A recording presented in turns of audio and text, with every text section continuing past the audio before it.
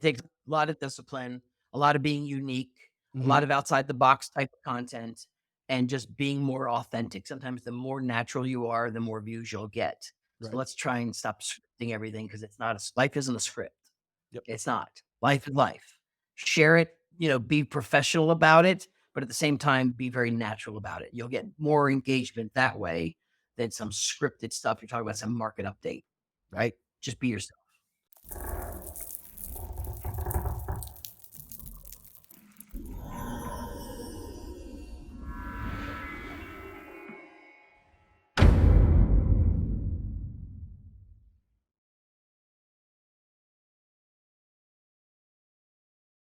Hey, welcome back to the Real Estate Excellence Podcast. Today's guest is a little unique, which will make for some great information. He is a facilitator at this month's RE Bar Camp One Coast event here in St. Augustine. He is a founder and CEO of Spark Tank Media, a speaking, training, and coaching company focusing on the sales and marketing and technology of the real estate, mortgage, and title industries. He's a sales and marketing coming from a realtor's point of view. He has been a top producer, broker, trainer in the real estate space for over 26 years. He is considered a top 20 most powerful in social media in real estate and has been named Inman Top 100 Most Influential Leaders in Real Estate 2 years in a row. Let's welcome this amazingly diverse real estate professional, Jeff Lobb, to the show. Hey, thank you, man. Appreciate it. It almost doesn't sound like me at some point. I hate talking about me. So I'm as down to earth as it comes, but I guess you got to have some street cred somewhere. Well, I tell you, going, because I do go through everyone's social media, and I come up with a little intro. Yeah, I could have took your whole bio and just read that because you do have a very good bio. Obviously, whether you create or have professionally done or a combination of both, which I think you probably recommend to a lot of real estate agents, have a nice bio on there because people are in the technology and the reading and, or going online. And I think LinkedIn is a underutilized tool in our industry. Yeah. I mean, perception is everything. I hate to say it with the evolution of the social platforms. People truly believe, I mean, good or bad, or what is really, how things are really in life. People believe what they see. And Mhm. it's 100% buy-in of credibility or not having credibility is a really quick decision. Not only real estate agents, but consumers at large are making, on the fly. So Right, right.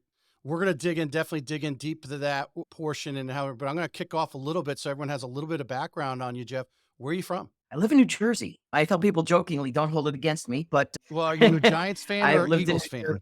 fan?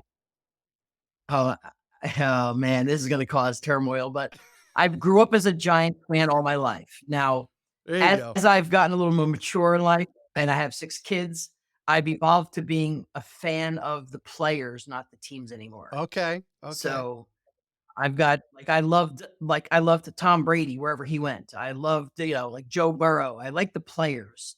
Okay. So I cheer for the underdog times. Well, I did notice on your social media, it looked like you had a football team picture there for your kids. Is that, did I see that correctly? I do. I coach. I've been coaching. Yeah, I've been coaching youth football and lacrosse for the last probably 15 years. We're coaching companies in the industry, but we coach kids, and most of them, my children coming up. But I've committed probably just about 15 years of time coaching kids football, and lacrosse is not very big in our markets. Right, right. It's growing down here for sure. I mean, I grew up in Massachusetts. I grew up on Cape Cod, and obviously, the Ivy League was where you played lacrosse. Right now, that sport is growing like weeds down here, for sure. You go to Keene University, and I did. shortly, at that time, I mean, what kind of career were you thinking at that time, or did you always have the entrepreneurial mindset right from the get go? So you'll appreciate this. Not many people get to know this deep as far as time frames, but I got my real estate license when I was 1988. So I was in college, Oh, but just before I started really actively selling real estate, the person that was working me into the real estate career had made an introduction to me, knowing that I was pretty vocal and pretty good in sales as a young man. And they connected me with their son-in-law, which had a radio show lived in New Jersey. He had a radio show in St. Martin and then brought the radio show to Aruba. And my first real, I guess, sales role was actively marketing the radio show for advertising on St. Martin and Aruba. And I did get my real estate license and I just started getting involved with it, but I was traveling on a every other week basis to the Caribbean, No. most of the time by myself, knocking on doors, selling radio advertising on St. Martin. And then we brought the show to Aruba. And my job was just to, generate ads, both print and radio. It was kind of cool. So I did it for a Yeah, few that's years. Just interesting. like As getting as started. what you're like 21, 22 at this time? Yeah. Yep. Yeah, And well, that'd what be was crazy fun. is I was still in college Yeah. and my parents were really not against it, but they're like, how are you going to do college and do this? So I condensed my college schedule, my junior, senior year to like 1.5 days. And I'd fly out like on a Tuesday night and Wednesday, work till Sunday and fly back. So Nice. No remote learning in 1988, 89. yeah, yeah, no remote. I did it on the plane, man. That's just what I did. On the plane ride back, probably a 4 hour ride back.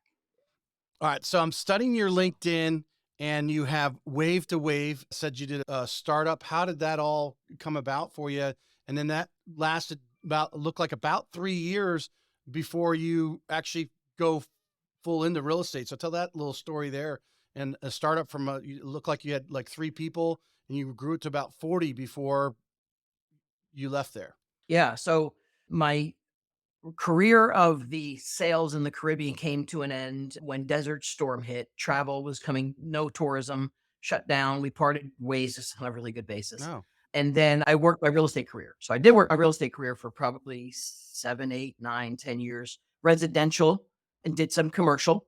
We were with the Gold Jacket brand. I was like a Doogie Howser wearing a gold jacket for Century 21 back in the day. Oh yeah. And after about 7, 10 years of this, the commercial business, when I got into some commercial, I was doing commercial retail in the state of New Jersey. And I was doing transactions on the smaller scale, like we did blockbuster video transactions, Subway franchises, maybe 8 to 10,000 square foot was my max commercial deal that I was doing on the regular. And quite frankly, I got put out of business by my own broker on that particular venture. My own broker, and we're not going to be very specific here, stole my clients. Yeah. And as I brought 2 or 3 brand new clients into the state of New Jersey to set them up in stores, they all automatically went silent on me for a while. And next thing I know, my broker took them and did transactions behind my back, which created all my funnel of revenue went to someone else. So at that point, it was a pivotal time to say, do I just jump back to real estate? I got recruited into the .com world because that is when exactly the .com world Yeah. was just starting. The literal IPOs and these small. So I got recruited to a sales executive role for a few large Fortune 5s. We were selling high-end data services. I was helping them with the real estate space, finding space for their data centers. And we were building out towers. And basically when DSL was an actual thing, right? AOL was like trying to do dial-up still. And then we started to sell DSL. Mm-hmm. I still have It an was AOL email. yeah, you do. Oh my gosh. That's old school right there. Yeah. So we did it for a while. And I'll tell you what, that industry was fast and furious, learn by fire, Mhm. no education, you learn by doing. And people were getting recruited every 2 to 3 years for higher level positions and startups and stock. It was happening. So I did bounce probably twice in 10 years. And then my last venture was that startup you talked about, Wave to Wave, Right. where with me and 2 others, we raised money. It was a wireless startup. So some of our cool clients in their local market was Giant Stadium. We had like the Giants, the Meadowlands Arena. And what we were was a solution to all these DSL customers that if their service got cut, we were coming in from the rooftop on wireless. So we built Interesting. out wireless networks across the country. And that was amazing for several years. We were just about to go IPO. And of course, that was the year everything busted. The Yeah. .com bust happened everywhere. I mean, I don't care who you were, how much you had. There was people that were creating fraud at the high levels of the biggest companies, and it just crashed. And I crashed and burned with it. So then my decision was I'm going back to what I know best, back to real estate. And that's what I did. And from there, it all trended to just start back as an agent, build a team. And then after I started getting my team getting built, and this is really before teams were even teams, Right. then I started getting into the franchise side of the business, buying franchises after that. Again, looking at your materials, looking at your bio, and the story there you've had, put in the little more color to the story of where you're at this time to where you're at today. And I want to dig in here eventually of, what are preaching, what are you teaching, what are you coaching now? Because the technology is still changing every hour, it seems. Yeah. Your background in the nuts and bolts, it kind of reminds me of like when we first learned computers, when I was in high school, I think I was a senior, and they were teaching you like, how to like create the program. Now today, the kids just operate the software, right? That's what they're, Right. we were, I was in the cell business in the late 90s, going into 2000 cell phones. The last company I worked for was Alltel. I remember in the mid 90s, throwing out handsets as fast as possible. You know, the digital phones were just coming in. Of course, Nextel was big at the time in that mid 90s and so forth. As that technology, Right. went to wayside, but it was a free for all. It was unfortunately, I didn't catch on, but I realized why those guys now today. And when you mentioned why they were resume hoppers is because there was no one above them that really knew much more than they did in the business. You had to learn by fire and get out there and do it. So the more experience, and if you could sell your experience, you got promoted, right? Or got that next job. That's How right. does that background know, or does it even have any relationship to how you understand the social media aspect of, the technology that we're dealing with today? Because I really feel the average agent, when they go into one of these trainings and someone says, hey, we're going to train on how to be a better Instagrammer or whatever it may be, a lot of it is just, but you had the background of actually, how is a cell phone call actually made? Most people think they're connecting to a satellite, right? They don't realize it's going to a Right. tower, then going to then might go to a satellite if you're calling across country and then back down. But they don't understand how that call is being made. They just have a phone in their hand. And I really feel that's the same way we have with social media today, and not only real estate agents, but the general public. Yeah, and I would be remiss to give one more depth of that gave me a lot of that foundation that probably brings me to where I am, even today. And I got to give them a lot of credit for it. So after just to go back to where I owned a bunch of franchises for a while with a brand, that brand brought me up into their executive team from after real estate and broker owner and all this other stuff for Hmm. many years running brokerage. And don't get me wrong, running some very successful years and also really getting my hand and head chopped a few years too. I made a Hmm. lot of mistakes in real estate. I'm very transparent about that, but that's how we learned, Yeah. right? So I became the vice president for technology for a fairly large franchise brand back in that time. And that time was where they had about 300 offices, US and Canada based. And I became more of the face of that in technology, but it wasn't about tech. I helped them navigate to do transactions and deals like when Dot Loop was born. We Right. did stuff with like Market Leader and did integrations with that. It was always that, but I was more of the face of how do you use this stuff? How do you use it to create sales? It's not about being techie. Tech was always it's great, but you got to learn how to apply it to build an audience or to make money. Hmm. So I did have a great executive role running for probably 7, 8, 9, 10 years with this brand to go literally we hit as at one point 800 offices across the country. So it gave me a lot of travel time and face time on stages, learning the pulse of, I mean, I came from an agent mentality, but just understanding that tech was just being too technical. Yeah. Agents didn't know how to use it or apply it. Right. So my finesse and my expertise kind of became in, I don't care how much tech you have. We have to be able to use it in a sales capacity to understand it and simplify it. Because if it doesn't make us any money, I don't want to even talk about it. Right. Right. So it helped me narrow down the focus to giving agents empowerment and confidence of how to use it, and more importantly, why to use it. The why is the most important, right? So Well, that I had really a friend of mine. He was in, he still is in IT, and we were meeting with his alumni brother of mine, and we were meeting with some cadets because we both went to the military college of South Carolina, the Citadel. And he said in that dinner that we were having, me being in sales and him being in IT, the disconnect of what sales needs, if we could communicate it properly to the IT department, they could put the technology together to give us what we needed. It's that gap between a sales mind versus that technology mind. And I think you Right, kind of bridge that gap because you were an agent and you also have background in technology. Would you agree? right. Yeah, agent. I've run brokerages, so I know those pain points. Mm. And then having that executive role for many years to understand the franchising models, the corporate models of real estate, what are all the pain points in the business, but then to see and have that role to be able to bring tech into a company to realize that it's too complicated. And I was always, remember, it's always sales first. That was my background.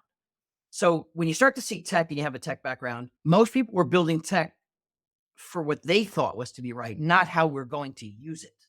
So a lot of times we try and help shape out some companies. Today I sit on maybe three or four, probably four now, advisory boards for some real estate platform companies Yeah, to try and help them mold their platform to be more usable and more adaptable to for us sure. I mean, as the real estate 18 professional. years I've been in mortgages. And I started off with the Mhm. company that actually sells themselves as a technology company that does mortgages. I started off at Quicken Loans, now Rocket. Worked at Loan Depot, which they tried to duplicate. They're not as old as Rocket slash Quicken is, but they tried to duplicate it, poured a lot of money into technology. I've worked for some other institutions that try to have their own thing, but obviously they didn't have the support staff to keep that technology running efficiently and then make the changes as our market changes. I'll give you just an example. I was working with one company who was a joint venture for a builder. And of course, doing a builder's loan versus doing just a regular referral off the street from a real estate agent, we have all the discounts and the pricing's different because we were covering the closing cost and all that kind of thing. Well, this one company, we had to actually manually go in and do these calculations. So they were losing money all the time because as a loan officer, when you do the calculations, you're going to round down a little bit. So that means there's more money coming out of the pocket of the lender slash builder joint venture to pay for those costs because, we Mhm. want to give them the best rate, right? And then That's they right. divorced that company to go to a new company to be in the joint venture. That company comes in and they had of course, Encompass is a very popular, Yeah, origination program that a lot of it is. lenders do use. And they went in there and Yep. had it set up for new, the builder deal or just the deal that came off the street. And obviously, I guarantee it was a difference of, I don't know how many, if it was millions of dollars at the end of the year with the amount of homes and loans doing just by doing a technology fix that the other company couldn't Yep. do. So that 100% the disconnect between the creators and then, what's actually needed on the street, right? Because I think one of the Right. one of the biggest gaps in all of whether it's real estate agents, in loan officers, or really anyone in sales is using those CRMs, and where they can do so many things that they come in and teach you, and then you're like, where do I start? Right. After spending days learning about it, you don't Overwhelmed. even know where to start with it. Tons of overwhelm. Yeah, Mhm. people get overwhelmed.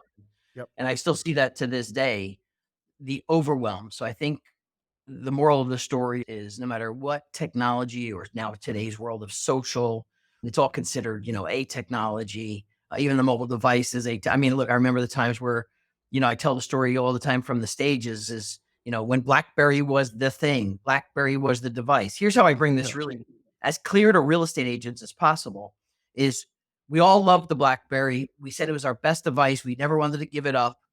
And here's a big problem that I can relate to real estate. What started to change was the consumer, right? The customer started to say, hey, this device is amazing. I love it. But what if I want to see a picture better? What if I want to see a video? Trying to do that on a Blackberry was like a nightmare, right? Hmm. It's like you were zooming in from NASA. It was pixelated and it was just horrible. And then all of a sudden comes this touch screen iPhone or Android, whatever it was. Right. And BlackBerry said, we're the best. We're not going to change. We do what we do best. And out came all this new evolving stuff and people created change.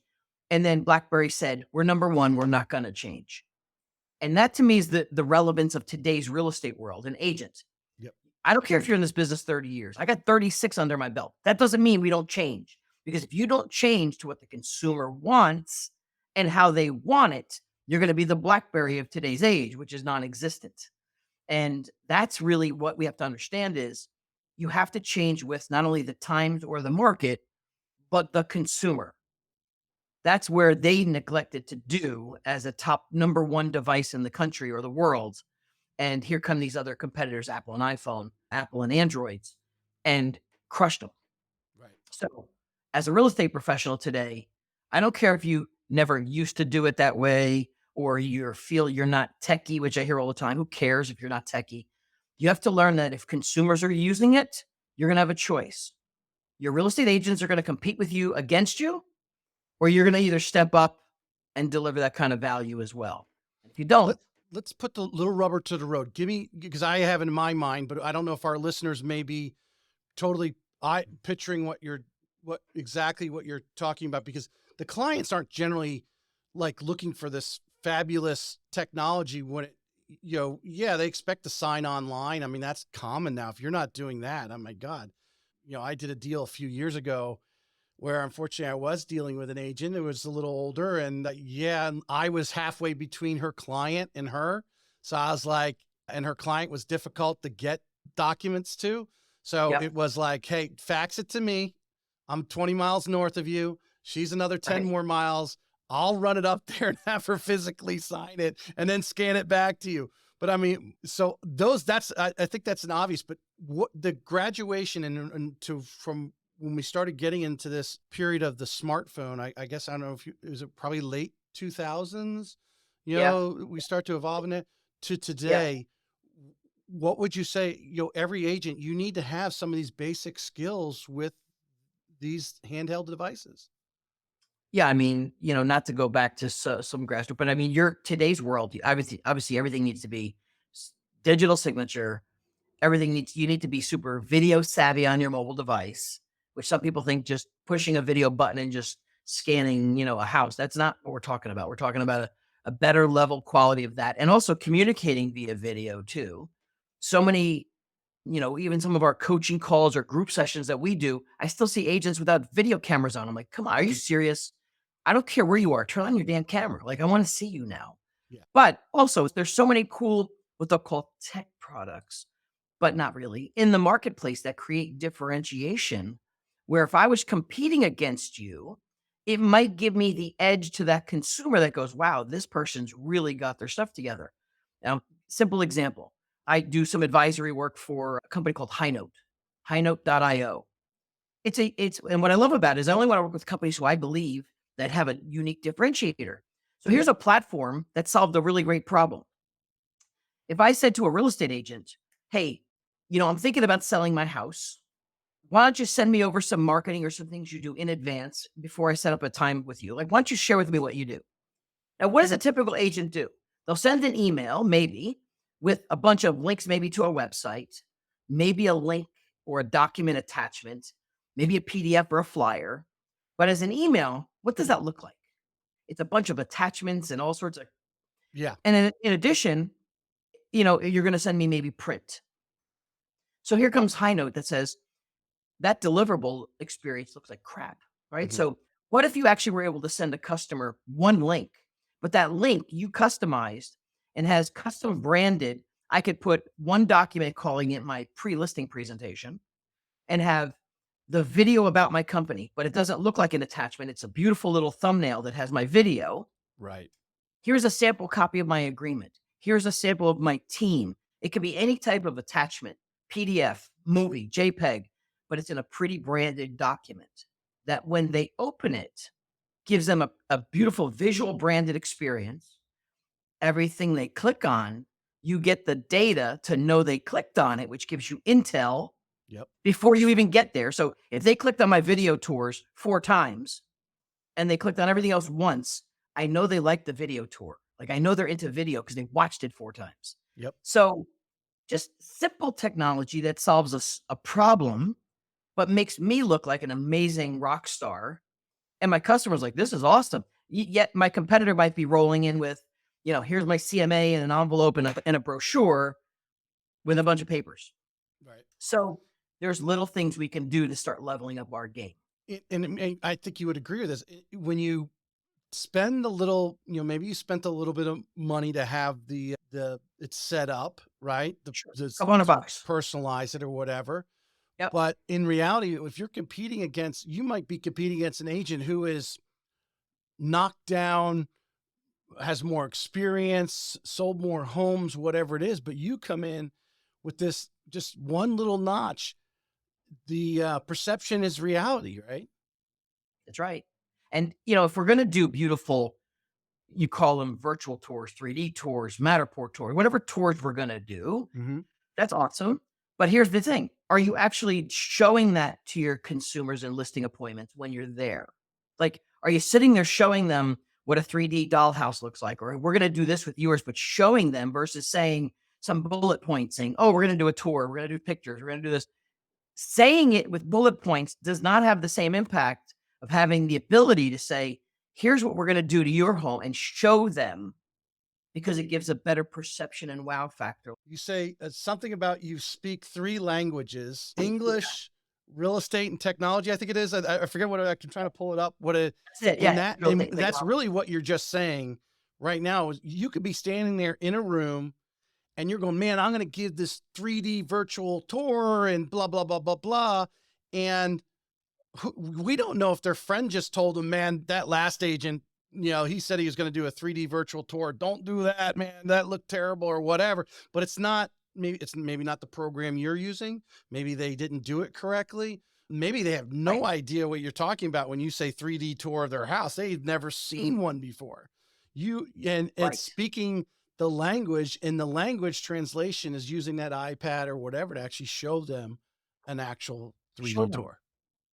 Show them. I used to, and that's where, that's where the sales ability comes in a little bit with technology, is because five people can have a beautifully written piece of print paper that say virtual tour, this and that. Mhm. A virtual tour could be like any one of 10 different things in today's technology. It could be some slideshow thing. It could be a real 3D tour. I don't care what anybody says. I want to show it to you. When I show it to you, I make a different impression for the same exact thing you're talking about, Yep. right? One of my favorite things, and then just to show you how simple it could be, I remember like the evolution of single property websites, right? Which we all have in today's world for the most part, right? But to a consumer, what does that mean? It doesn't sound like anything. So when it came to a listing presentation, and I was really good at getting listings, I learned it when I was really good at. I learned when I was really terrible at, and we can talk about that next. A single property website, like you could. So here's what I would say to a homeowner. Here, one of the other things we would do for your home is we would make sure we have a website specifically for your home. Here's why: a lot of consumers will go on sites publicly like Zillow and Realtor, and that's great. We're still going to have you there. Except what's going to happen is they're going to call or email in, and it's going to potentially take them to 20 or 30 other homes on that platform. When someone calls me and they want to see your home, I'm not going to send them to that platform. I'm going to send them specifically to your custom single website that only showcases your home, because that's my job, is to get your home sold. I'm never going to send them to a site that has multiple properties. So we're going to create one just for your house specifically.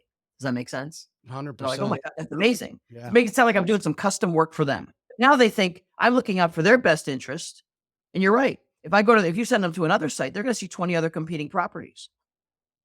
I made I it mean, they sound like just simply Google. I mean, what's the consumer typically do? The buyer typically do is they might saw the address and they're like, oh, they Google it. And, right.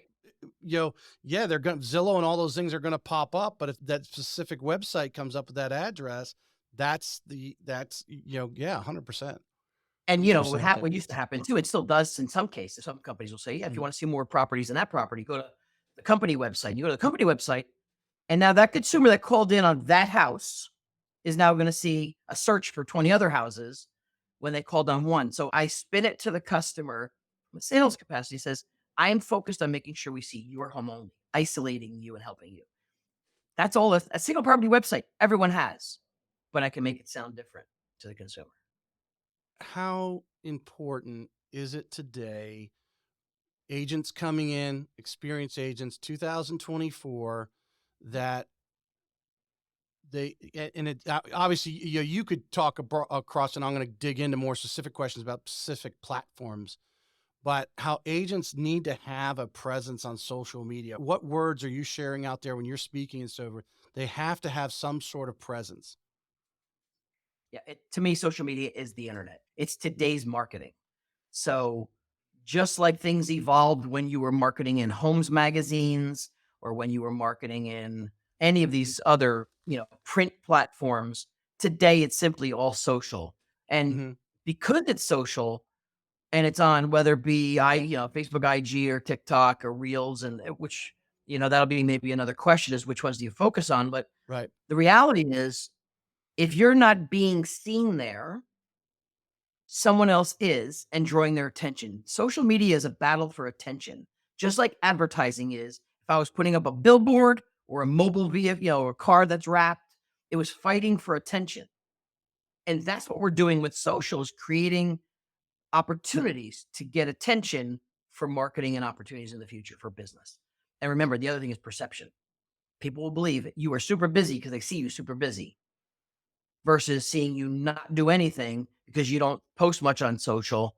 To me, you're just not busy because I don't think you are compared to them. There's a lot of, I've had different, I had one on a couple weeks ago.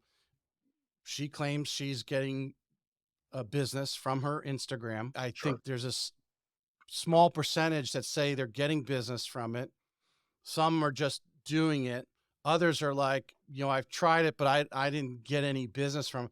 Do you really know if you're, where that client is? Because, aren't a lot of these buyers, sometimes you got to touch them or hit them several different times. I know builders, a lot of times when Mhm. that person walks in that model at a builder, they've already seen the model, half a dozen times online, and their virtual tours that Right. they're doing and that sort of thing.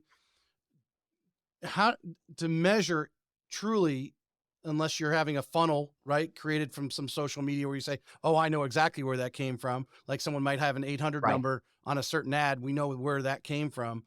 But to really break down and say, is social media worth it? Did I get any deals? Is it really measurable? Or is it more of a, say, backup marketing program or system? It's a good question. So my answer is going to be this. It's going to be it's 100% it's 100% needed to be done. Can you measure every ROI? No. And here's why we know that. It's let me go back before social media and compare the same thing to where we are today. Because unless you have a funnel where they're clicking and putting an email or calling and saying, hey, I saw you on Instagram, which is not Right. what they do, right? But it adds up to maybe a year from now, they've been seeing your stuff and seeing your stuff and getting your postcards and doing this. And as a compilation, they are calling you in for a listing appointment, but it's the compilation of all of that throughout the year or years that they've seen you do it.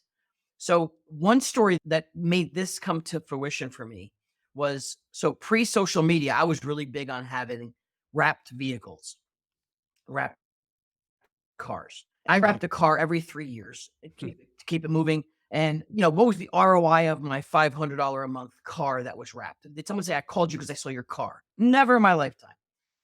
However, when I would show up to a listing appointment at some points, people would just, say to me, and I would just talk about like, "Oh, yeah, did we get introduced through a client, a friend of yours, or how did we meet?" And they would just be like, "No, you know what? I've been seeing your cars, I've been seeing your billboards, I see you on TV, I've been seeing like it's just been all over the place. They've been seeing it." So that being said, it's a compilation of all that to the point where even after I transitioned out of production many years, people would still say to me 10 years later, 10 years, I was shocked.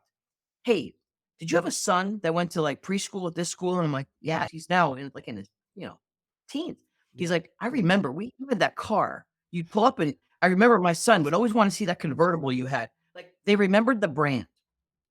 So when you show up, it's because they saw you at all those places that combines it into the value. So unfortunately, you're right though. People said I tried it and it didn't work. Mhm. Stop it. Stop. Well, it's a You long-term have game. to It's do not, it 'cause it's you don't do a it reel and is. expect a phone call at the same time. It just doesn't happen that way. No, it's not, and that's unfortunately our world today is the Amazon effect of we want instant gratification. How many times I get people with, Zillow leads or whatever going, "Oh, my Zillow leads suck," or "These leads suck," or "Realtor.com leads suck." Really? Okay. How long did you call them for? I called them a couple times. Okay, a couple times. Because it's not gonna be till 8, 9, 10, or maybe even 11 months before they might buy. Right. So, here's how I nicely put them back in their space a little bit. And I ask this to a live audience most of the time, and I love the answer. How many of you have a list of leads that you would call dead? Like they're dead leads. I tried them, they ghosted me, they're never calling me back. And you've decided you're never calling them back. Like they're dead. And I'll get a hand of like, I got a bunch of those lists. So I got spreadsheets of them. Great. Right. I'm like, all right, cool. Give them to me. I'll take them. And I see silence. I'm like, what do you mean? Give them out. Who's willing to give me those lists of dead leads? They're like, no, screw that. I'm not giving it to you. Like, what do you mean? You're not calling them. Right. They're not calling you, but you won't give them to me. Well, no. Well, maybe for a referral. Referral of what? You're not calling anybody. So I said, so there's value there. Right. I said, but here's what I can make a bet. And it's not because you're good or bad. I could take your list of dead leads, give it to one of my other clients that's going to persistently call them for the next 6, 12, 10 months, whatever, change the script, different tonality, better questioning. And I'm going to bet you we convert some out of there. How about that? And then how about we pay your referral on those we convert? Would that be better? I'm like, oh, I would do that. So, there's money there. So did the Zillow leads or outcome leads really suck? Or did you just stop? Right. I want to change reality. pace just a little bit, and we'll go back to social media because I want to make sure I get this part in. You've got the logo behind you. It's on your sparktankmedia.com site. You have a tag on there, Coach 52. Tell us about that. Yeah. That's our baby. So when we started doing coaching across, doing coaching of teams and brokers or top producing agents, we had to make a decision of how we wanted to scale the business. And what I chose to do is saying, while I love coaching top producers and one-on-ones, not everyone in the universe can afford a one-on-one coach, or not just yet. So we wanted to create a platform that was on demand, on their own time, with all of the strategies and these cool ideas and ways to market all in one platform that not only gave you those strategies, but also gave you some tools like we could track our goals and what does our production look like. And we can have a place where we do marketing all in one platform at a ridiculous value that the majority could afford, so they could level up their game to either get to one-on-one or get to become, a team leader or broker owner. So Coach 52 is a very scalable platform that allows agents, and actually we have mortgage clients as well as title that partner with our agents in these platforms because it delivers such a great value. They share in these platforms. And we've got, I don't know, I forgot how many, we have several thousand in there now that are users that have access to it 24/7 on demand. And of course, I do a couple of live stream sessions in there too, where Q&A and me delivering live. And it became a more scalable platform for the majority that may not be here yet. May not be up here yet. So from a coaching, if I'm hearing it correctly, I'll repeat back to you just so any listeners are getting that clearly. It's obviously more of an economic thing versus, hiring a coach one-on-one. You're going to pay top dollar for that. You are, and you've created this program behind it to help track some of the things that you're coaching them in, which might be, give me some example, like how many phone calls or contacts they're making a day, that kind of thing. Well, a lot of it's even just tracking, like how many people just in simple form create a business plan at the beginning of the year, set a goal, and then in June, they have no idea where they are. So just tracking just GCI, and we didn't want to get into too many complicated measurements of phone calls because I don't think we'd even get the truth out of it. But I wanted to track, where did your transactions come from? What's your GCI look like? Where are you versus your goal? Like, are you even ahead or behind? Do you even know?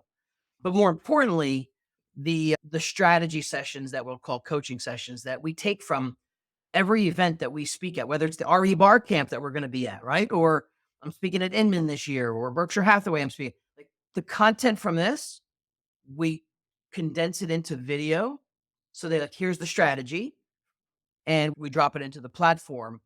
And we're still going to get some in the industry that will sign up for something and never use it because you're never going to, they don't.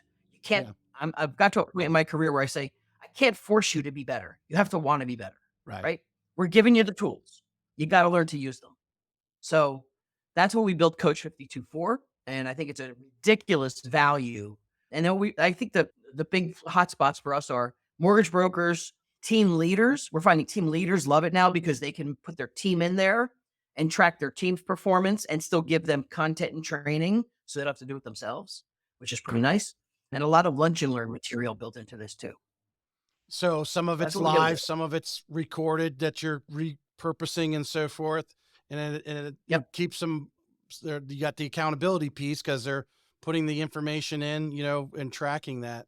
Right. Excellent. And obviously at RE Bar Camp, hopefully someone's going to walk up to you if you're not already, able to. I don't know what Kim's doing, letting you hand out materials or whatever. Hopefully, No, a I lot of try to great just, people there doing a lot of great things. yeah, RE Bar is, it's one of my favorite events of the year coming up. Yeah.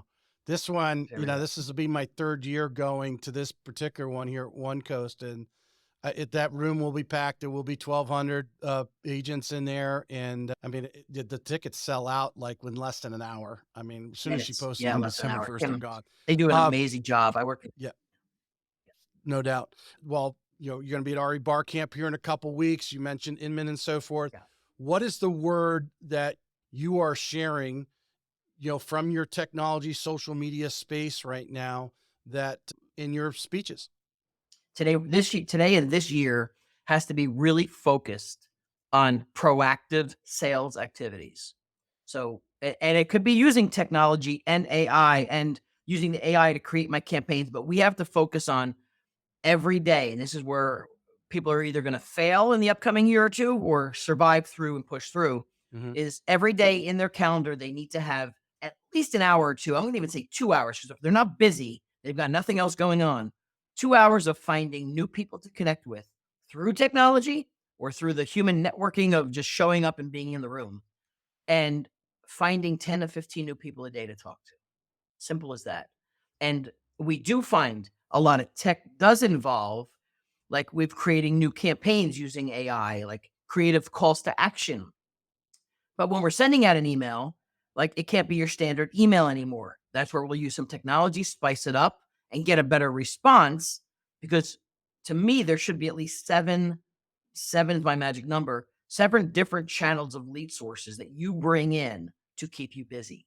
Most only have one or two. Well, my Sphere or this one or Zillow. When you get to 7 streams of lead sources or people sources, your business will change. And that's what you should be focusing on every day. How do I find more people, right? And 2 hours a day. Because if you're that busy, you're closing a lot of transactions. You still need to prospect, but maybe not 2 hours a day. Right. Most agents, if I said right now, and I love this to do live because it scares the bejesus out of people, is when I say to them, hey, grab your calendars right now, print the next 7 days for me, screenshot it and send it to me. They're scared to death when I ask them for it. I could tell you how you're going to do career-wise based on your calendar.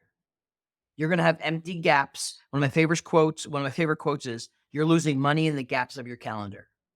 You've got gaps in your calendar that, oh, it's between a buyer showing and it's between something I got to do at 5 o'clock. Well, what are you doing for those 2 hours? Hmm. You could easily be busy. Busy being, oh, I got to send MLS stuff. I got to respond to emails. That's all good. You got to do that. Where's the proactive prospecting to find new business? It's usually never in there because that's uncomfortable work.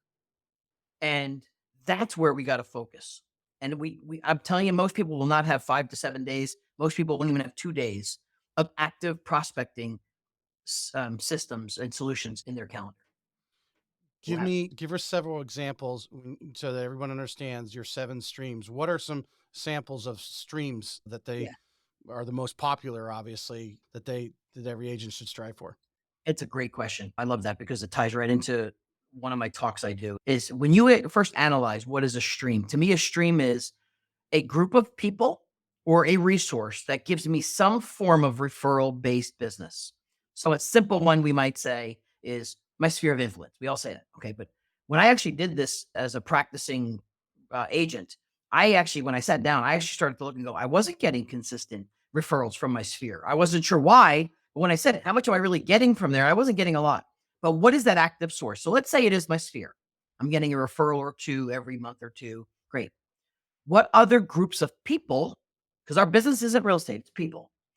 What other groups of people can I network with that could send me a steady stream of referrals? So let's call it my BNI group that I used to run and belong to, BNI. Now, some people join BNI or any of these business groups, but don't get referrals. That's not a good stream. Either you're not working it or it's not working for you. Find another one. Right. So, but let's say my BNI gave me a referral or two a month. Now I got a referral or two a month from this group and that group. So when I analyzed this, I said, ooh, What if I could duplicate that 5 more times? What if I could find, oh, I'm going to go to my elementary school where my kids go, or maybe they don't even go. And I'm going to ask them, hey, I'm a local real estate agent. I do a lot in this community. What can I do to get involved in a program that you guys are doing on a monthly basis that I can help and participate with? Now, think about that. I found out that they have an education foundation, which means I can now volunteer for every month to get together with teachers and parents and a group of people that are not my sphere and not my BNI group that I can network with and do some really good things in the community, but they will get to like me and trust me, which will eventually turn into business. Yep. Great. Was another one. And I started to identify these. It could be church. It could be one of my favorite ones was my when my kids are younger, I belong to a local archery club. I live in Sussex County, New Jersey. We shop archery. No one even knew I was in real estate for 2 months. Group of local people probably owned more farmland and business stuff that I knew.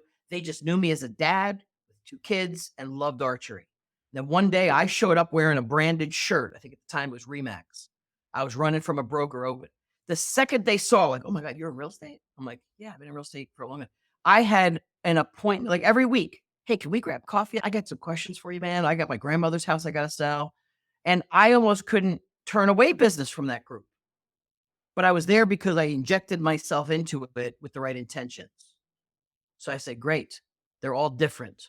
Let me go find another and another. And Yep. then, yes, it kept me very busy. That's where my business came from. The groups of people that lived in the area I was selling from, but I had to proactively go find it and then work it and nurture relationships. Yeah. No That doubt. didn't I involve know one of the technology, most popular ones here of agents, 150 some agents that I've top producers. It's a lot of some of these moms are at the ball games and you're sitting on a little league bench or the soccer, stands or whatever. And if you're not wearing that t-shirt, like you said, that Brandon say something about that, you're in real estate, you can make them silly, but people will, they see you there. The other moms are seeing you there every week. It's on the team, and you already have a like and trust because you have a common thing. Your kids are both on the same ball club.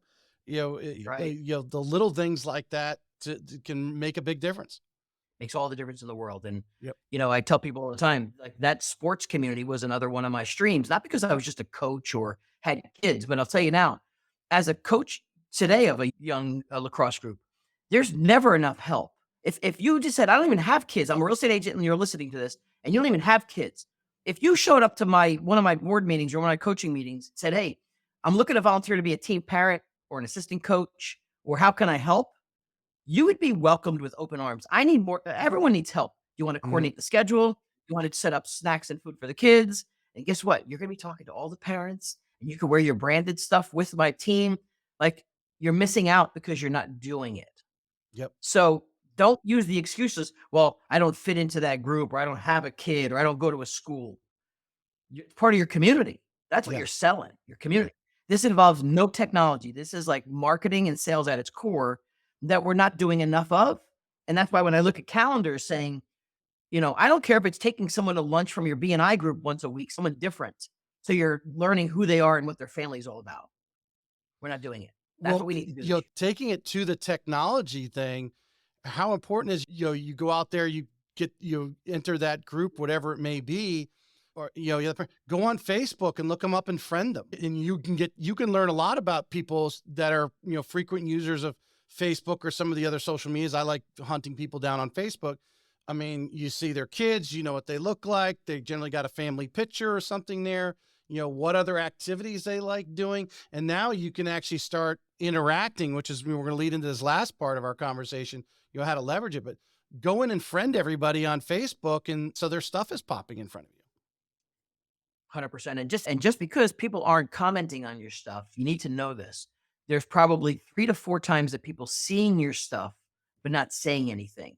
And I know this even in my own hometown, from my own sphere that's around here, my own community. And I'm in a small town community in New Jersey, but I'll show up at my kid's basketball game tonight at 6 or 7 o'clock. And a few of the teachers that I know I run into, but I don't talk to that often, they're like, oh my God, I just saw you were at an event this week. How was Vegas? I saw you were in Vegas. Right. They're telling me where I was. They're Yep. telling me what I was doing. They weren't commenting on my stuff. They weren't liking and hearting it, but they were watching it because now we're talking about it.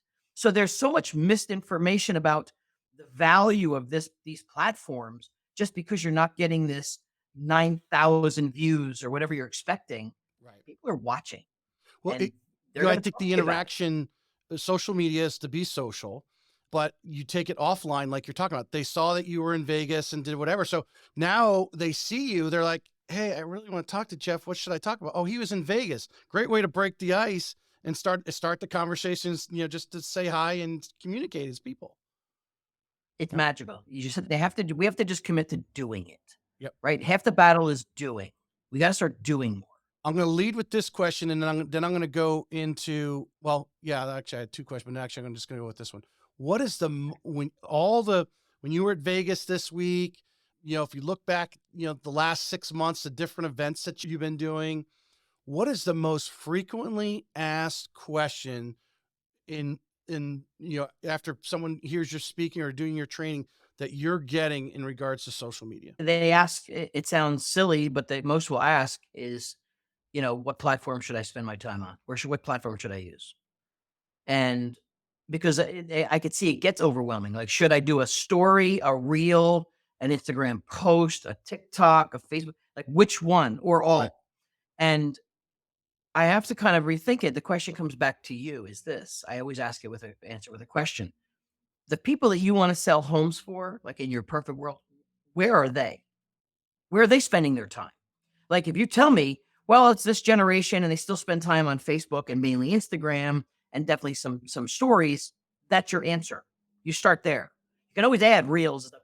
But if you go, hey, listen, a lot of people aren't using Facebook much anymore. So we're all Instagram and TikTok for sure, and definitely LinkedIn. There's your answer. You go where your audience goes and don't worry about anything else. And don't try and take on like 5 of these at one time. Right. Try and do 1 or 2 of them fairly well, then take the 3rd on, or figure out how to do reels really well and Instagram posts, then do stories because you could just convert them to stories. Mhm. Don't try and overwhelm yourself because you'll never do it. I think they So, underestimate too. I mean, well, and maybe I don't know, maybe I'm wrong, but I think when I take the podcast and I'll, put it across, I'll put it on your Facebook page. It's already streaming live to YouTube, my YouTube channel. So it's already yep, done automatically there. There'll be a more formal one, an intro and outro, when the podcast editing people do it, they'll cut me 4 reels yep, initially. And I mean, that same reel can be posted to Facebook as it is to Instagram, as it is to TikTok. I mean, it just takes a few minutes. Actually, I like TikTok. I didn't realize I got off TikTok for a while, and then I went back and realized, well, TikTok is like YouTube. You can load all the videos in and have one go every day for the next, you can do them 10 days out in TikTok. right. So And you could either do it, and you could either have someone like you're saying here. You could either have now you're creating the content. Let's not miss. Here's a great point to make. You're creating the content, but mhm, let's say you have a freelancer chopping it up for you and doing some of the technical stuff, which keeps your valuable time doing what you want to do better. But they're not doing the social for you. You're doing the social part. They're doing the technical part. And you could, whether you want to DIY it yourself, but I don't want real estate agents to become, editing. Oh, what editing software should I use? Don't edit anything. yeah, Don't edit. Either use like we use Opus Pro to chop up our yep, videos, I said too. Yeah, or we have a, a freelancer that's expert at it that does it for us. But you do the social part. You do this. Let someone else handle that if that's not what you're good at, right. and make it affordable. Today's world is very affordable to do Yeah. that. That's the latest one out there, So, listeners. Opus Pro. I mean, like I can take this entire, an hour-long conversation with Jeff, put in Opus Pro. It'll probably cut me easily 30 reels. Now, not all of them are perfect, but I guarantee you they're probably 40 to 50% of those are yep, worthwhile to put out. And I mean, that's a lot of content of 30 to 60, less than a minute clips that, you can, it's more than a month long of content, because I wouldn't want Jeff on my content every day. I'd have to, no, spice it, put some other people in there in between to spice it up a little bit. But, I think I actually just joined. It was, they had was a sale, 100, the pro version was, I think it was 100, it was $10 a month. it's It was not much. $9 a month. Yeah, I've been paying for it for a while. And I create a lot of video content, more so Yep, than the average person from the podcast and other things that I do. Let's break in. I want you to if you can make a comment on each one, because I imagine some of these frequently asked questions, or when sure. you answer that question of where they should go. I'm going to give you the social media platform. You tell me just a couple, 2 or 3 things that you suggest that they should be doing if that's the platform they're using. We'll start Okay. off with the big one, Facebook. Facebook should be creating Facebook lists for their clients to make sure that they're paying attention to all of their clients. So Facebook lists. And probably I would suggest finding someone that's pretty good at running ads for you, because I wouldn't want you spending time trying to learn how to run ads yourself anymore. It's become a science. Mhm. But I can tell you there's some platforms. I was just talking to a group at KV Core, Property Boost and stuff like that. They have boosting. So the business page, find someone that help you run some strong ads. On the personal page, Facebook lists, that you can keep all your clients in a list so that you can pay attention to what they're doing so you don't miss out on what they're doing, because the news feed will not send that to you all the time. So, all right. So when you put that person in face and you click it on, you want to be a friend, just like you say, they're a family member or whatever, you're putting them under a business I can create a list client, for whatever. family friends. Yeah. Mhm. Okay. Yeah. And then I go through my lists so I can see. Look, if one of my clients went to Aruba or something, or on vacation, or something bad happened and I should have went to the hospital to visit them, but they didn't happen in my stream because I didn't see it, I don't want to rely on the algorithm. So if I go to my lists and I click through my clients and I go, holy crap, he went in the hospital, let me send him a message, see if he needs anything. But if I didn't see it in my stream, I missed that because it doesn't Right. show it to me. Right. List gives you almost like it's focusing. It's a simple filter that lets you focus on the people that matter to you. Simple. Interesting. Interesting. Yep. When you say ads, what is a ad that a real estate agent would be doing? Is this their listing, or what is there? What what would No, I be? mean, well, it could be. I mean, if you have a listing today in today's world, you should be maximizing its exposure to generate more leads from that listing. Get exposure for it for buyers, but it also does a couple things. Gives you an opportunity to now get in front of your community audience to say, "Wow, oh Jeff, there's Jeff again. There's Jeff again. I see Yep. he's got another listing." Or, "Hey, send this to my friend. She's looking for a house." Click, boom. So yes, listings just sold shows that you're actively busy in the market. Simple, not here's a really simple tip, but stop saying find out how much your home is worth. Today's world, people care about equity. So, how much equity do you have in your home?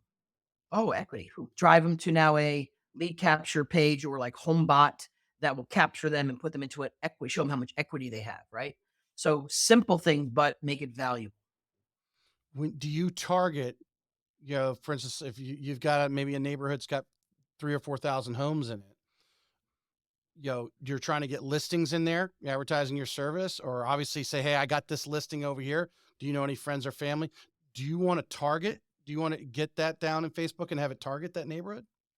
Target, but it's probably not as micro as that neighborhood for the most part. I still think a broader approach, because it depends on your business. If you're super city oriented and it's tight, but if you're sprawled, I still want to sprawl it apart because it still give me perception to people that I'm working in real estate and that I've got a lot going on, right? Because they're seeing me.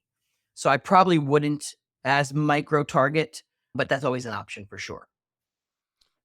Instagram. Instagram, more reels, definitely more video. Instagram stories, people love a lot. So the challenge with stories is they changed the way. If you used to upload a 3-minute video, stories would chop it up into little pieces that you can keep clicking through, but they don't do that anymore. So what I think a simple strategy would be is create the reel and then share the reel to your stories. Now it's clicking from stories right to your reel so you can see that full video. So, So if you have a video that's longer than 60 seconds, excuse me, 60 seconds, reels then share to stories. To me, stories is still very powerful. I like stories a lot because it allows you to also put a clickable link to take somebody where you want them to go. So if they see your story and you're talking about having an open house, you put the link in it to take me to that single property website or whatever it is of that house, right. drive me to that, which is really great because too many people don't take advantage of stories by driving something somewhere else. I've got to check that out myself then, because I really don't use Instagram stories personally, from the podcast materials and so forth. I'm going to have to check Yep. that. Oh yeah. So if you do a picture of us like this, Mhm. and then you could have it. Hey, you want to see the podcast? There's a link to the link. Drive it right to your podcast platform. Now it takes me to your Right. podcast. Yeah, So 100%. 100%. Way much more power to that. All right. TikTok. I love TikTok. People are so like, oh, it's a phase. It started off as a phase, but I'll tell you why I love TikTok. Very similar to real estate in Instagram with Reels. But what started to get more attention to TikTok was there's a lot of people that'll consume a lot of TikTok, a lot of consumption, hours and hours of consumption. But if you're fairly smart about it, using the search filter, start searching for the things you want. It brings me a level of people in education that I want based on me filtering it. So, for example, if I go in and search for creative real estate strategies or teach me about, AI or whatever it is, you'll start to get that feed because of what you're searching for. And when I start to see high level people in there, and one good example is back when I was telling you I was the executive for this large real estate company, every year's convention, one of the years we had this awesome doctor. He was like the world renowned brain specialist of the brain. People that were on addiction and help impact with sales and how you improve your life. Dr. Amen is his name, Dr. Amen. He was on our stage as a keynote, fabulous guy.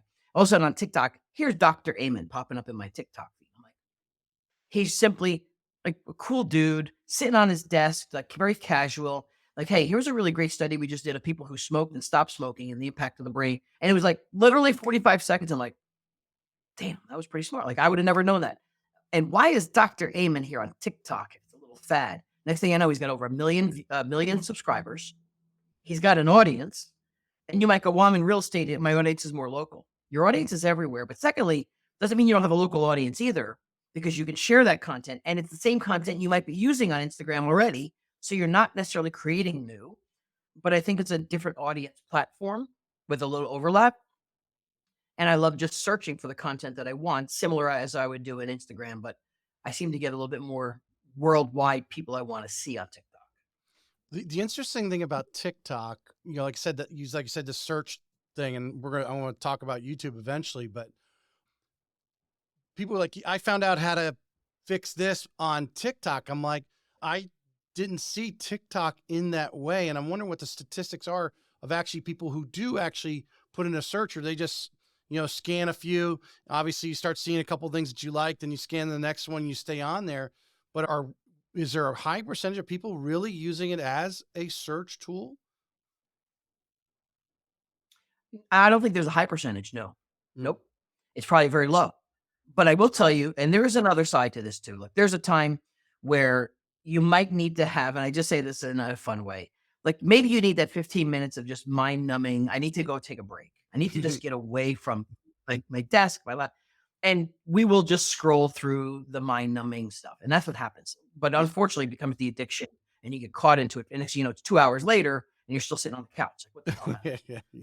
That happens. Yep. However, no, like I mean, I do get sucked in sometimes too, but it's only after hours. I don't do it. You're not going to see me on TikTok during the day. I will make my posts to TikTok. I'll create my content for TikTok, but no, I'm not scrolling through. I will tonight when I need mindless time or I want to search for something. Keep in mind, you get a lot of creative marketing ideas. Find out what other people are doing Right. and make it your own. Like, let's not recreate the wheel here either. If I could find this awesome real estate agent in California and they're like doing something, like, oh, that's an amazing tip. I didn't know. That's awesome. Like, you learned something new that you would never learn in 60 seconds because someone else is doing a better job at it. Hmm.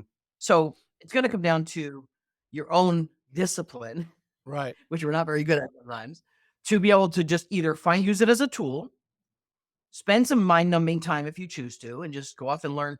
But also, very similar to YouTube, which you're going to get into is you just search for stuff that you want to see and then you'll find your groove. And if not, it'll take you down the tangent. Then it'll Right. take you off. You have on your website, Twitter/now X.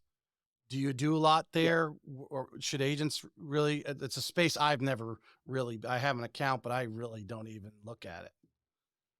Yeah, no, I've fallen off the Twitter X bandwagon, although I appreciate they've cleaned it up and they're not necessarily blocking people from talking and all this other stuff. But I think to me, I only look at it more of a news channel. It's more news. If something's happening worldwide or news related, I will go there to look and see what's up. Mm-hmm. But I don't find it being as a social platform as I would want to communicate with my clients. It's not where my Right. vibe is and where my clients are, but All right. We it's talked there. about it a little bit earlier. and that is LinkedIn. I try to regularly, put something at least every other day. If not, I'd like to do put some sort of material on there. But LinkedIn has got, I think, has picked up its game a little bit. There's some people, professionals, they don't bother with this Facebook, Instagram, but they are on LinkedIn. Especially the, Mhm. if you want to call it, the more the executive level type of thing. They're not posting their family pictures on there, but they're interacting with other professionals in their industry or whatever in the Yeah. LinkedIn area. How important is it for an agent, one, they have their LinkedIn set up, but be posting some stuff on there? Well, I think from a local agent standpoint, if you're truly a local grassroots type of mentality, it's great. It comes up in your Google search. You got to have a street cred, so it's got to be done right, filled out, and you got to look credible. People will search through LinkedIn for sure. Hmm. If you happen to have investor clients, relo clients, luxury clients with, high net, whatever it is, that even becomes more important to where you might even invest in like Sales Navigator, where you can start to see who's searching for you and how many people viewed your profile, which I love to see how many people viewed my profile and who it Right. was. But you got to see where you fit. It's gotten a lot more professional and more activity and engagement.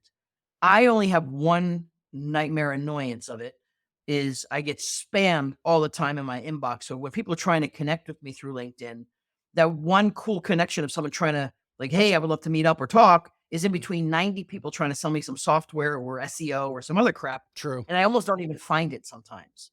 Yeah. So that to me is still a bit of a problem with the amount of spammy marketing to my inbox that I almost missed that one person that truly at Inman. I'm going out to Inman. Someone connected with. I do want to meet with them, but thank God I found it in the middle of all this other stuff. Right. So that's my only fault in it. But other than that, you're right. It's got a lot more traction, more eyeballs on it for sure.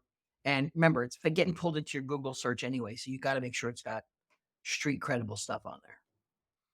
My, this is my belief in the last one here in YouTube. Yeah. I believe agents should be doing more in YouTube simply because of the search mechanism thing. And my visualization, and you correct me, you're on the stuff all day, 24/7. Here in Northeast Florida, I'm visualizing you got your friends there in New Jersey are going, hey, I want to move to Florida. I want to know what's going on in Ponte Vedra. I want to move to St. Augustine or Jacksonville, whatever it may be. They're putting those search tools in there. And I believe people are missing the boat because they don't have a video with, Ponte Vedra in it or, whatever we're saying. Because like the emails we were talking about earlier, putting the video in the email professionally done, where it's people are clicking on that more so than even reading. They'll see a video, they'll click on it, where a lot of times it's too much reading. They'll just move on to the next thing. They're dead spend.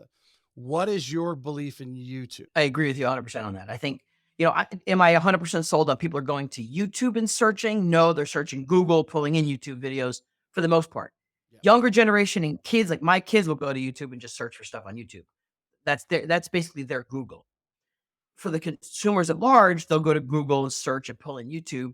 But you need to be like the social manager of like the love boat in real estate. Like you've got to be the one that's like, if I want to move to, the Tampa area, I want to move to, and I'm searching, yeah, I could see an area of a video of the Tampa area, but I'd rather you show it to me.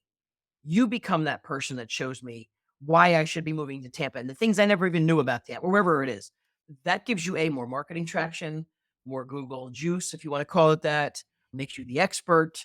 And then in general, gives you other content. Because remember, the content you create for that YouTube clip, call it a 4-minute community tour, Mm-hmm. could easily, what we just talked about, be put into that Opus Pro. And now you got some little snippets you could be dropping in of you on TikTok and Reels that drive me to that video. So the content is still usable and repurposable regardless. So you get a lot more out of it. Well, I always So think the yes, we should be always be longevity video of creating. you go on YouTube right now and search anything, and depending on how popular that thing that you're searching for, there might be videos 3 years old that might be at the top of the feed, At least. sitting. You're sitting there. It's so someone's searching like a specific community, like here in Northeast Florida, St. Augustine. Beach Walk is the thing. It's got the lagoon, right? That's probably the most popular. Or Nocatee. There's two different large subdivisions that have exotic amenities to them. They're searched all the time. So some of those videos may be years old. They're still going to keep popping up and people are still reading them. versus, and I want your opinion, versus the Instagram, the TikTok, Facebook, they're just fade away, don't they? Yeah, yes and no, for the most part, yes. I mean, I would say YouTube has a way bigger, longer lifespan because of the depth of search, right? So the Hmm. 100%. And you're right, some of these like stories will disappear. Reels are there, but it's not going to populate in Google search per se. So it's not found on the web where most people start in just searching for a keyword or a name. So yes, a lot longer shelf life. So, you can even look at your strategy going, maybe I'll create a video for YouTube that's 4 minutes long and then make my shorter snippets of that, some of my content in the the smaller clips of social platforms. Right. You can re-engineer that. But don't also forget to just mix in, of course, the social of your day and what you're doing and where you're doing it. And you might go, who cares about that? People do care. That's what they're looking for. So get out there and be more visible, period. I want to take all those platforms, somewhere, you know, the terminology SEO. I know I was coached or explained on Instagram. Don't just post it. You have to say something about the video that you've got there. Using, what type of words that real estate agents should be using in their descriptions of their videos, short or long, or is that helping in their traction? Is that helping in their views? If they make sure they're mentioning real estate in Florida or whatever it may be, are those important? Yeah, the real estate titles, I mean, the YouTube title is always most important, but even when you're putting in the tags or other keywords, some people put in the generic ones that are too generic, I think. They put in the word like real estate. Okay, well, 9 million things will come up for real estate. Right. You gotta get even way more specific. And also, not only on that, like, let's say, for example, you're in a community where, let's say you're in Augustine, so maybe it's a waterfront community, or maybe it's boating. What's that person gonna search for in that area? So it might be vacation destinations. Maybe it's going to be Florida marinas and boats. Like, what am I looking to? Like, what are those other keyword terms of that client that might want to come to that area or that would search that area? So only get outside the generic stuff is what I'm saying. Real Uh, estate, homes, waterfront real estate. Like, there's millions of that. So throw them in there if you want as tags or hashtags, but get really specific to what that consumer would search for and the terms they would use where you would want them to see your video. I've taken you over an hour. Yes, because you and I could talk for hours. I can't wait. What I've been asking everyone this final question.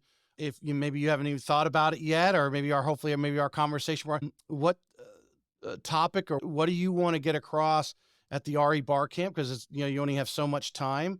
But as a facilitator, what is it the most important thing that you're going to try to share with everybody, or topic that you're going to share with everybody to make the biggest difference for them? I think everything that comes out of that, and the number one thing, just as a tip for RE Bar Camp, just to preface into this, is you need to show up there willing to talk and share ideas. It's not a one-way conversation. If you haven't been to an RE Bar Camp, the goal is of a facilitator is not for even me to teach anything.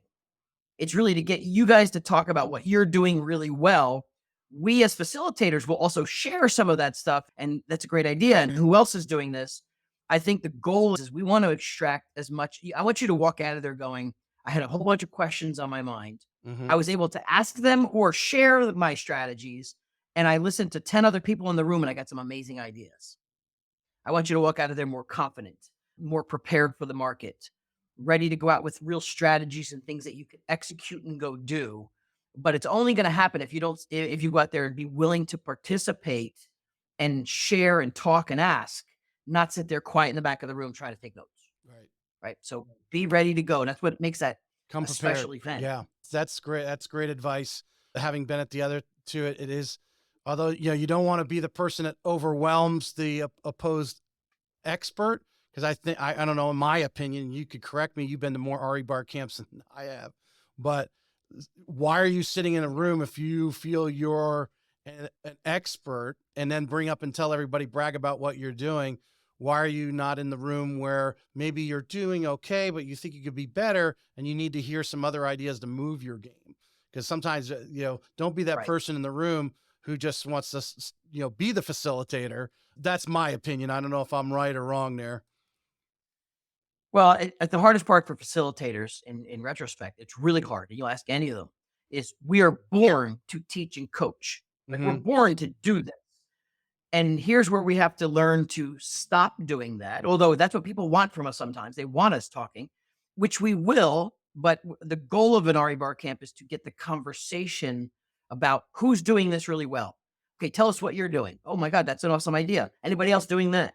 We're supposed to facilitate the ideas in the room Yeah. and sprinkle our stuff.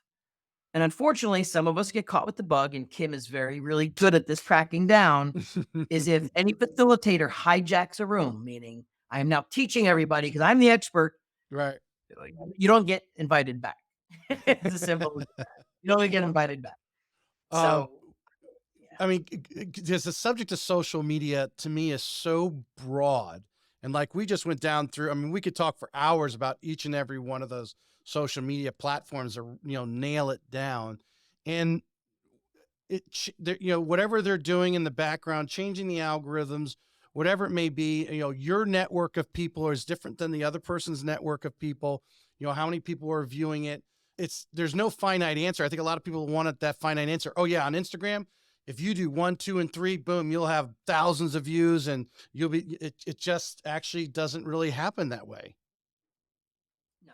No. It takes a lot of discipline, a lot of being unique, a Hmm. lot of outside the box type of content, and just being more authentic. Sometimes the more natural you are, the more views you'll get. So Right. let's try and stop scripting everything because it's not life isn't a script. Yep. It's not. Life is life. Share it and be professional about it, but at the same time, be very natural about it. You'll get more engagement that way than some scripted stuff. You're talking about some market update, Right. right? Just be yourself. Just do it. Just do it. Do it. Jeff, I appreciate you All right. coming on today. I look forward to meeting you on the 26th. The question I posed you off, pre-show, if you could think about that, I'd love to have a further discussion with you. Maybe, Yeah. I don't know what your schedule is coming into town. You may want to come in and thaw out a little bit, from Jersey and hang around for the weekend. But I really do appreciate you coming on today. It was a great show, a lot of information here, and I'm sure everyone appreciates and look forward to meeting you on the 26th. Yeah, I look forward to it too. Thanks for having me, and I'll see you next week. Thank you, sir.